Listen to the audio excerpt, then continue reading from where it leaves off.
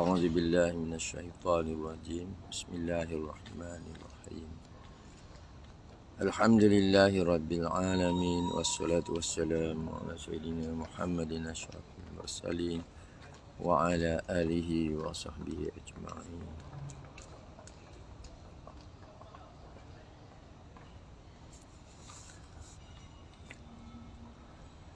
سبحانك لا علم لنا إلا ما علمتنا إنك أنت العليم الحكيم. رب اشرح لي صدري ويسر لي أمري واحلل عقدة من لساني يفقهوا قولي آمين ya rabbal alamin. Ya sahabat, saya di Movenpick. Hari ini saya nak check out. Ini suasana di salah satu tempat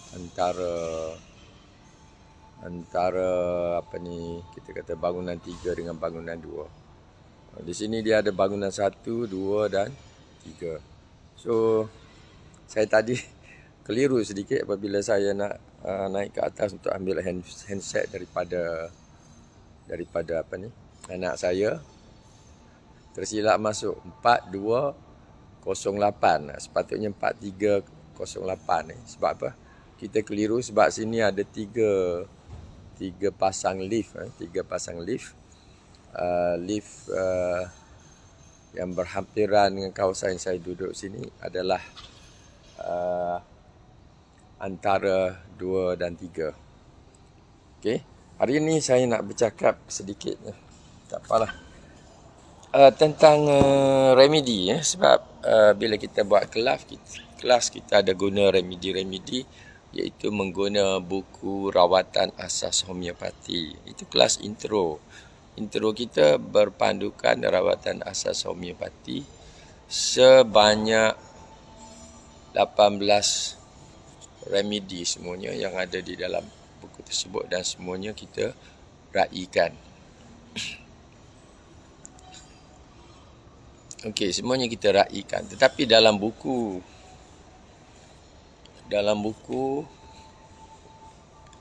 sini tengah awan lalu lalang nak pergi breakfast ya sahabat ya.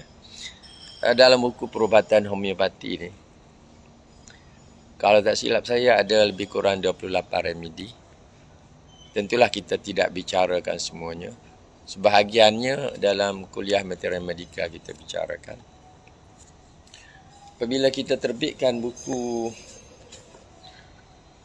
terbaru, iaitu Perubatan Homeopati Teori dan Praktis, saya memang akan promo buku ni sebab kita pasaran dia belum sampai lagi pada apa yang kita kehendaki dan kita targetkan.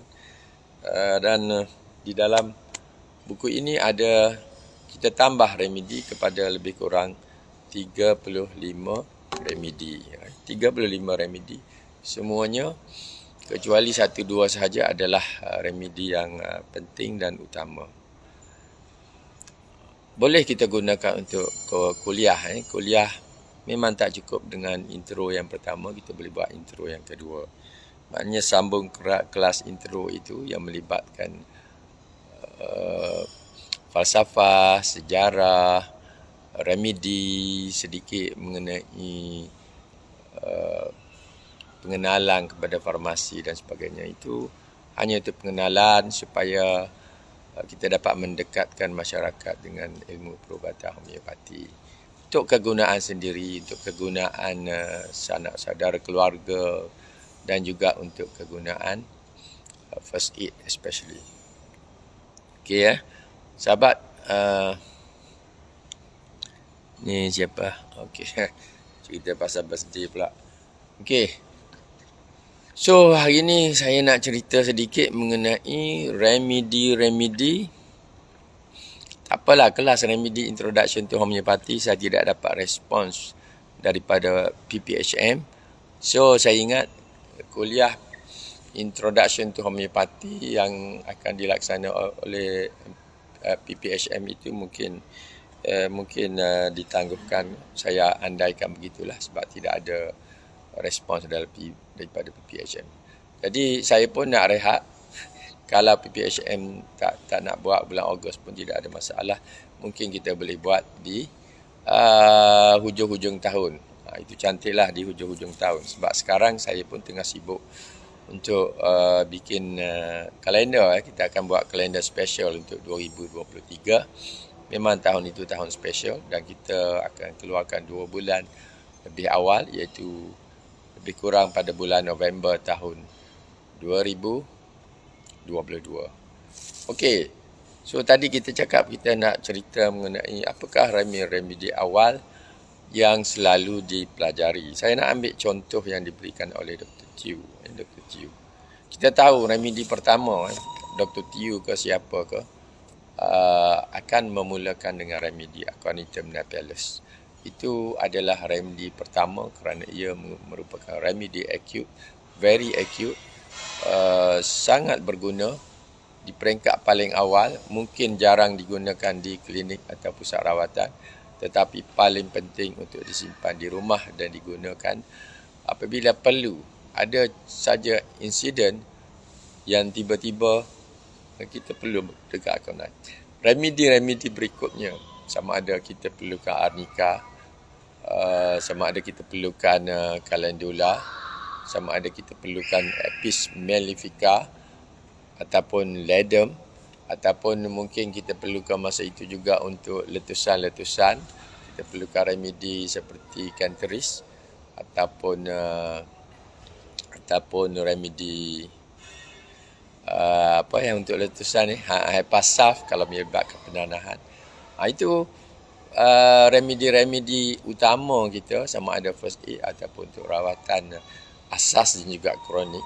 Yang pertama sebelum pergi kepada remedi lain ialah Aconitum napellus. Sebab itu kita memberi fokus kepada Aconitum napellus.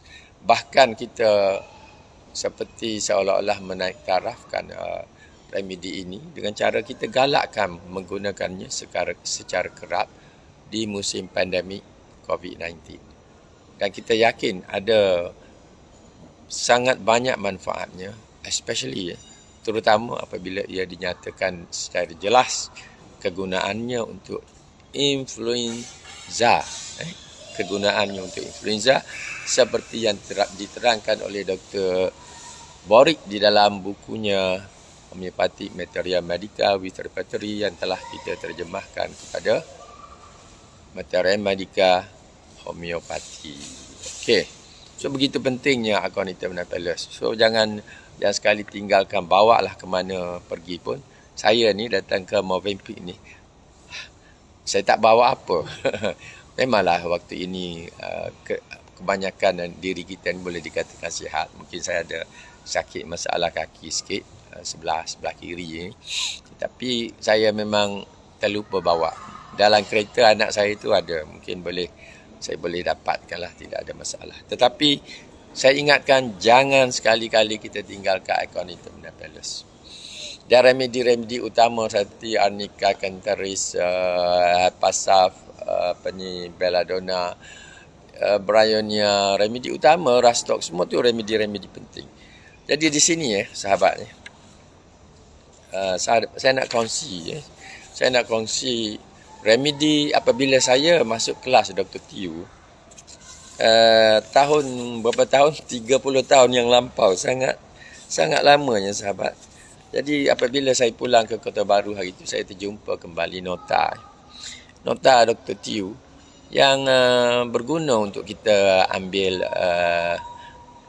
ingatan, especially untuk remedi yang disebutkan oleh Dr. Tiu sebagai remedi-remedi penting,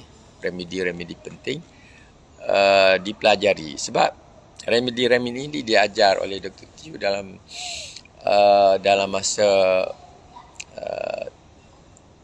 tidak lebih daripada 10 pertemuan. Dia sudah berikan kepada kita senarai remedi-remedi. Ini tak nampaklah kat sini, tak apa saya nyatakan di sini.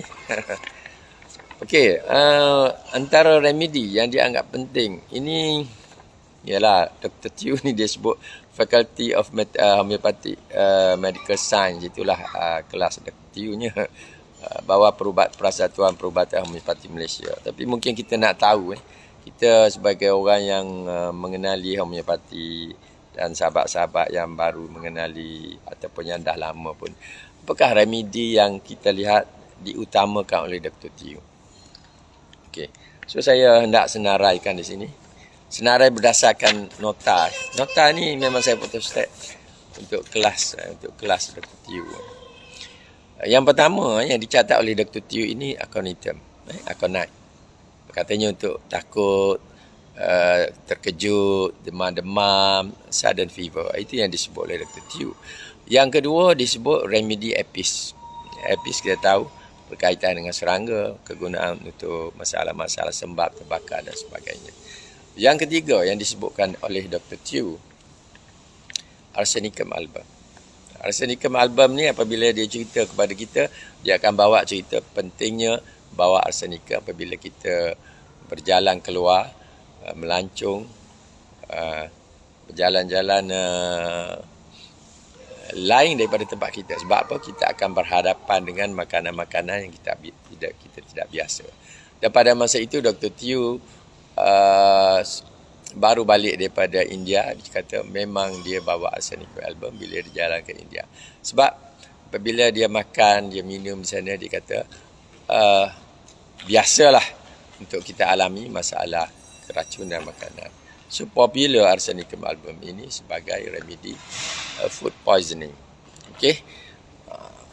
Detail mereka yang ikuti kursus tahulah simptom-simptom mental dan fizikalnya arsenicum album. Tapi ini kita nak beri gambaran remedi-remedi yang diberi keutamaan oleh Dr. Teo pada masa kita mula belajar dengan beliau. Yang keempat yang disebutkan oleh Dr. Teo ialah arnica. Arnica kita semua tahu remedi yang sangat berguna untuk first aid maupun untuk rawatan di klinik dan sesuai juga disimpan oleh mereka yang masih baru untuk kegunaan personal ataupun kegunaan kecemasan. Yang kelima disebut oleh Dr. Teo ialah Baptisia tinctoria. Baptisia penting juga. Baptisia ini adalah antara remedi yang disebut-sebut sesuai dengan flu juga. Dengan flu juga. Yang keenam, Dr. Teo senaraikan belladonna. Belladonna adalah remedi keenam yang disenaraikan di dalam remedi-remedi awal yang diperkenalkan kepada muridnya secara ringkas. Dia tak berdetail. Sebab bila bahagian detail, bila masuk bulan ketiga, 4, 5, 6 sehingga sampai hujung tahun tu, baru dia beri detail bersama-sama dengan kuliah mengenai first aid. Itu kaedah Dr. Teo lah. Selain daripada belladonna disebutkan oleh Dr. Teo, di dalam notanya berkaitan bryonia. Diperkenalkan awal secara ringkas dengan satu atau dua simptom ataupun kegunaannya untuk pelajar-pelajarnya. Yang ke-8 tadi yang ke-7 bryonia, yang ke-8 ialah China South. Siapa pernah jumpa China South? Ada tak yang pernah masuk kuliah saya cerita mengenai China South? Tak ada. Saya ada cerita mengenai China Off, sebab dia kan berkaitan dengan penemuan Dr. Hahnemann terhadap dan ujian beliau terhadap remedi quinine. So quinine bahasa saintifik dia dan bahasa yang digunakan dalam homeopati ialah China officinalis. Tapi tidak masuk dalam senarai Dr. Teo. Dr. Teo dia beri China South, bukan China Off. Yang ke-9, koloscientis. Koloscientis adalah remedi awal yang diperkenalkan kepada pelajar oleh Dr. Teo. Jangan kata bila saya beri kuliah, kenapa saya tak ajar remedi ini, koloscientis sebenarnya. Tak ada, kita beri kuliah berkaitan dengan rawatan asas. Yang ini boleh dimasukkan sebagai rawatan asas juga. Tetapi kita lihat yang paling utama daripada senarai. Seperti yang kita senaraikan dalam buku rawatan asas homeopati, kita senaraikan 18. Tapi Dr. Teo memilih remedi-remedi yang tertentu. Saya percaya kebanyakan remedi yang beliau pilih adalah bersumberkan juga buku Dr. Casey Banja, iaitu Master Key to Homeopathic Materia Medica. Memang beliau sangat suka kepada remedi tersebut. Di samping buku Homeopathic Family Practice, iaitu yang ditulis oleh Dr. Bhattacharya. Okey, yang ke-10, Eupatorium perfoliatum. Eupatorium ini pun satu remedi penting. Tidak ada dalam senarai 18 remedi buku rawatan asas homeopati. Tetapi saya ingat mereka yang belajar Materia Medica awal tahun yang lalu ada, ataupun latest lah, Eupatorium perfoliatum ni kita ambil berat jugalah. Sebab di awalnya kita perkenalkan Symphytum, selepas itu kita perkenalkan Eupatorium perfoliatum. Dia ada hubungan antara dua remedi itu. Okey, yang ke-11 yang disebutkan oleh Dr. Tew berkaitan dengan Hepasaf. Hepasaf ni remedi penting, dan penting dia juga untuk masalah-masalah kronik, especially masalah kulit, yang mana bila kita nak jelaskan mengenai remedi ini, kita mesti beri panduan yang jelas dan betul, especially berkaitan dengan kegunaan potensinya. Yang ke-12 remedi Ipecac. Ipecac Kuanha itu remedi yang awal-awal diperkenalkan oleh Dr. Tew. Yang ke-13, Dr. Tew memasukkan kali bichromicum. Okey sahabatnya, itu yang ke-13. Okey, saya ni sementara menunggu anaknya untuk breakfast bersama pagi ini. Pagi ini saya breakfast di sini. Pukul 11 nanti kita check out balik lah. Ada urusan lain pula. Tapi inilah kesempatan saya ambil ni. Kenapa? Sebab sini line cukup bagus, wifi dia cukup bagus, mantap, full. Wifi dia adalah full. Tidak ada masalah. Okey, yang ke-14 adalah remedi ledem. Ledem, kita intro to homeopati dengan PPHM. Ledem ini kita masuk sebagai antara remedi utama juga. Remedi utama untuk first aid, remedi utama juga untuk masalah-masalah berkaitan dengan arthritis, gout dan sebagainya. Yang ke-15. Tersedak ni sikit ni batuk ni. Pagi ni. Tadi saya solat di mana tadi? Tadi saya solat di masjid bersebelahan Movenpick. Masjid KLIA bersebelah saja. Kita pergi awal-awal tak ramai orang pun, tak sampai satu saf pun.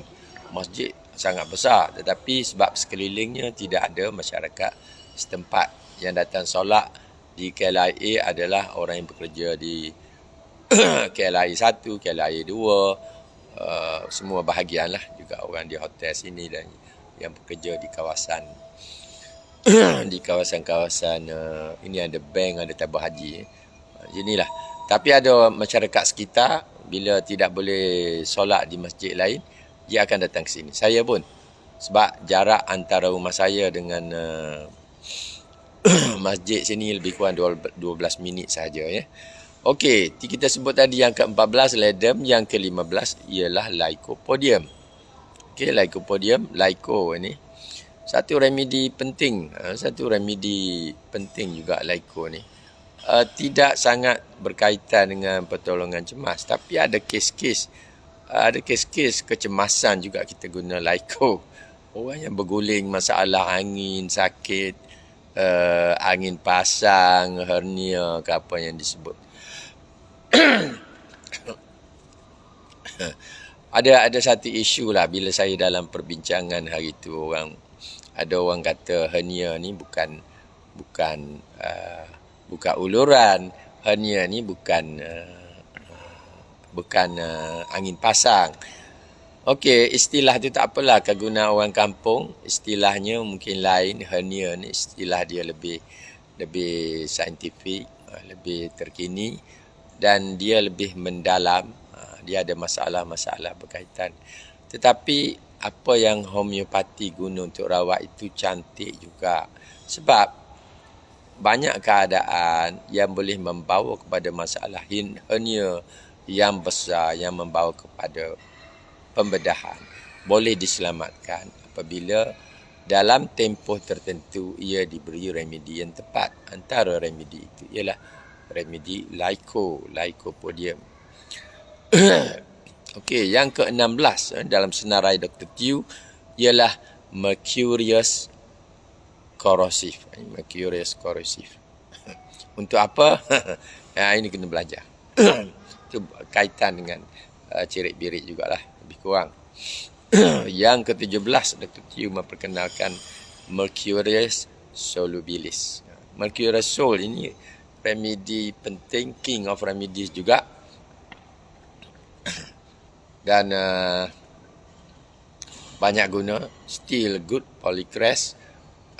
Tapi memang Dr. Tew ni dia perkenal awal. Dia perkenal awal ni yang bagusnya Dr. Tew. Dia tidak kedekut dari segi ilmu. Awal-awal lagi dia beri apa yang perlu, apa yang penting, especially bila ada kes di kalangan pelajarnya. Dia terus terangkan remedi itu untuk apa, berkaitan dengan apa. Yang ke-18 disebutkan oleh Dr. Tew ialah Nux vomica. Nux vomica ni mereka yang kelas pioneer tu baru saja kita selesai settlekan menceritakan mengenai remedi Nux vomica berpandukan Dr. Boric dan juga H.C. Allen. Yang ke-19 opium. Opium ini satu remedi yang sensitif lah sebab dia memang bersumberkan bahan yang berupa kedadahan lah. Dadah yang memang yang orang dengar saja, ini bahaya ni, boleh ke guna? Okey, homopati menggunakannya dalam bentuk potensi. Tetapi Dr. Tew itulah sebab dia hendak membezakan remedi opium dengan remedi dengan bahan dalam bentuk crude, dalam bentuk orang guna untuk pengambilan penyalahgunaan dadah. Dia tak sebut opium. Dr. Tew disebut opi. O-P-I-I. Dr. Tew dia sebut opi. Supaya kita peka lah. Pentingnya beliau menjaga supaya nanti kan orang terkejut. Kalau ada murid dia cerita, orang parti guna opium untuk ni. Orang tanya, opium? Macam manakah kamu boleh guna opium untuk rawatan ni? Bahaya. Jadi orang tak tahu lagi berbezanya remedi homeopati dengan bahan-bahan yang asal yang digunakan dalam penyalahgunaan dadah. So, sebab itu Dr. Tew dia sangat hati-hati dalam memberikan nama rekas untuk pelajarnya ingat. Jadi dia sebut opai. Tapi ini antara remedi yang diperkenalkan peringkat awal. Yang ke-20 yang disebutkan oleh Dr. Tew, Dr. Teng Kacai, nak join macam mana saya nak masuk? Saya pun tak pandai nak join Mr. Teng Mr. Teng kah apa ni? Saya pun tak pandai nak join di sini. Tak boleh lah. Kena banyak belajar lagi. Okey. So, selepas opai itu ialah petroleum. So, kalau ada nak tanya ataupun nak beri pendapat, nak tambah maklumat, boleh catat. Buat catatan, tidak ada masalah. Okey. 19 opai yang ke-20 petroleum.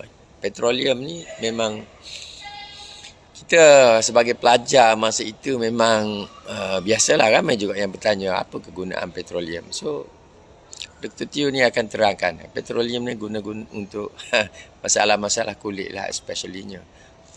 Ini petroleum. So, antara remedi juga. Boleh semak balik Matematika. Ini remedi yang diperkenalkan awal-awal lagi oleh Dr. Tew. Sebab apabila orang bertanya mengenai masalah anak-anak yang kuat berpeluh, ada gatal-gatal, timbul remedi opium.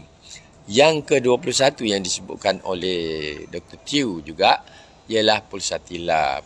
Pulsatilla ni remedi bukan sahaja kita kata remedi hebat, tetapi remedinya berguna pada tahap kronik, orang bermasalah dengan sakit-sakit yang kita katakan kronik, dan remedi mungkin boleh menjadi remedi awal digunakan oleh pengamal apabila pesakit datang dengan keadaan yang sedih, mengalir air mata dan seumpamanya.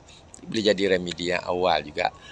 Dan Dr. Tiu menyenaraikannya sebagai remedi-remedi remedi-remedi pertama.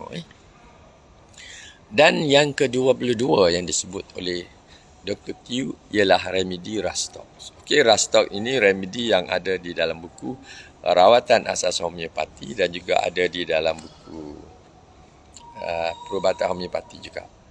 Okey. So, yang ke-23 dalam senarai Dr. Tiu ialah remedi sulfur. Remedi sulfur adalah king of remedies, selalunya disebut king of remedies. Telah diperkenalkan oleh Dr. Tiu, memang dia akan sebut king of remedies dengan beberapa kegunaan, cuma detailnya tidak ada. Umpamanya, saya ambil satu umpamanya Dr. Tiu sebut bergunanya sulfur ni, dia bertindak setelah penawar-penawar lain gagal bekerja. Itu kunci yang diberi oleh Dr. Tiu.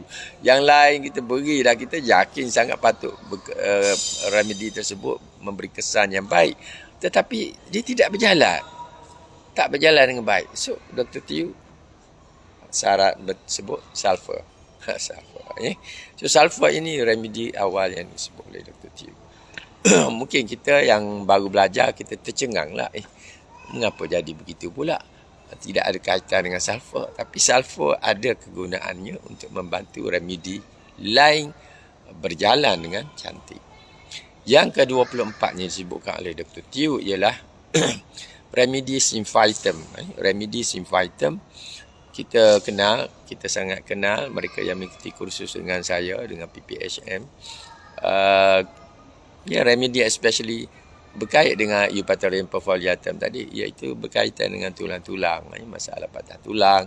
Dan hari itu saya ceritakan ada kawan daripada MRSM pun hari itu mencari apakah remedi yang baik untuk mempertautkan antara tulang yang patah yang sudah dirawat oleh doktor, diperbetulkan, tetapi nak cepatnya bagaimana. So, inilah remedinya. Yang ke-25 yang disebutkan oleh Dr. Tiu ialah sepia.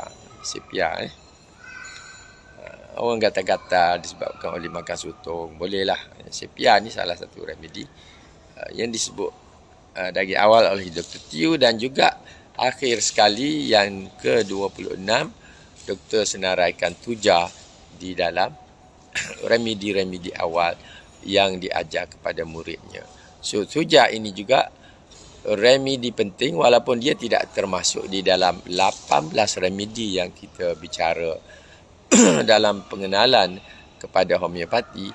Tetapi sebab kita berhadapan dengan musim pandemik COVID-19 dan kita juga berhadapan dengan vaksin, masalah vaksinasi dan kesan-kesan sampingannya. Jadi secara tidak langsungnya kita perkenalkan juga remedi tuja dalam kuliah-kuliah pengenalan supaya dia boleh digunakan untuk mengatasi masalah-masalah sampingan yang berlaku pada waktu ini.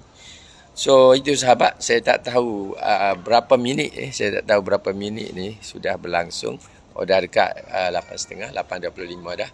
Dalam 5 minit lagi anak saya insya-Allah mungkin turun, atau kalau tidak saya memanglah akan makan dulu. Sebab semalam di Kota Warisan makan dengan anak-anak, saya tak ambil nasi, jadi saya makan sedikit saja. Saya ambil pulut mangga. Maklumlah kita orang Pantai Timur, orang Kelantan, sukalah benda pulut mangga, pulut durian. Tapi saya tanya durian semalam tak ada. Walaupun tengah jalan pergi ke Kota Warisan itu ada orang jual durian atas lori, tapi kedai tersebut tidak sediakan pulut durian. Pulut durian tidak sediakan. Jadi kepunan jugalah kita makan pulut mangga saja, tidak pulut durian. Tapi tak banyaklah, sikit. So hari ni kita mungkin makan banyak sikit sebelah pagi. Tapi walaupun bukan nasi, tapi insya-Allah. Okey sahabat, minta maaf bebel banyak pula lepas habis. Tapi saya harap senarai yang saya berikan ini, yang belum pernah saya beri ini, bergunalah untuk sahabat-sahabat. Ada sahabat-sahabat yang hendak simpan remedi di rumah untuk berguna. So kita belajarlah remedi-remedi tersebut dengan melihat material medika, atau kalau ada kuliah daripada persatuan yang ingin memberi tunjuk ajar, kita boleh join supaya kita boleh mengetahui dengan lebih tepat. Sebenarnya berguru ini penting. Berguru ini penting. Kita boleh baca, kita rasa betul lah sebab dia sebut mengenai simptom, mengenai penyakit. Kadang-kadang disebutkan penyakit, terus kita nak beli remedi. Sedangkan simptom-simptom kita tidak sama dengan simptom-simptom dalam remedi. So itu boleh memberi masalah, ataupun mungkin dia tidak berkesan langsung, ataupun sebenarnya kita kena sisih antara beberapa remedi yang sesuai dengan yang tak sesuai. So, sebab itu saya sarankan kalau ada kuliah-kuliah yang diberikan oleh pihak-pihak tertentu, especially persatuan lah, yang ingin menggalakkan masyarakat mendekatkan diri dengan homeopati. So itu saja daripada saya pada hari ini, 2 Muharram tahun 1444 Hijrah. Mudah-mudahan apa yang saya berikan hari ini bermanfaat untuk semua. Assalamualaikum warahmatullahi wabarakatuh. Salam kepada sahabat saya Tuan Ahmad Kamal, orang kuat homeopati ni. Okey, assalamualaikum warahmatullahi wabarakatuh.